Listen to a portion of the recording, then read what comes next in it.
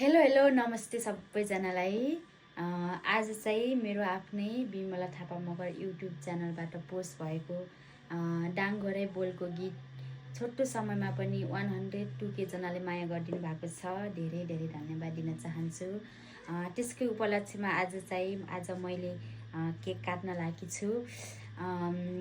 Million पुग्दा cake काट्नुहुन्छ अरूले, मैले चाहिँ 100K पुग्दा पनि केक काट्न लागेकी छु। किनभने यो पनि मेरो लागि धेरै ठुलो कुरा हो। त्यही भएर म चाहिँ एकदम खुसी छु। योभन्दा पहिला 30 गीत पनि मैले आफै गरेको थिएँ। त्योमा चाहिँ भनेको जस्तो माया पाउन सकेन।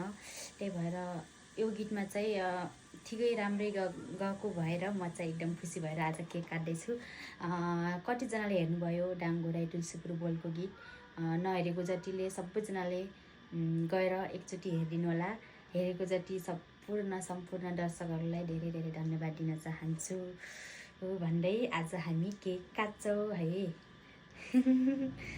केक काट्ने सुरु भइसक्यो। हामी चाहिँ हेर्नु है, केक काट्दैछु म।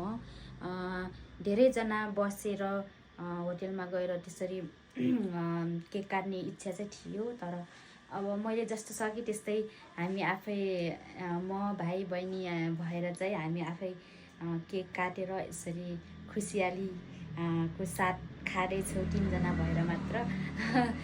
सम्पूर्णलाई धेरै धेरै धन्यवाद। नहेरेको जतिले सबैले हेर्नु है। By by.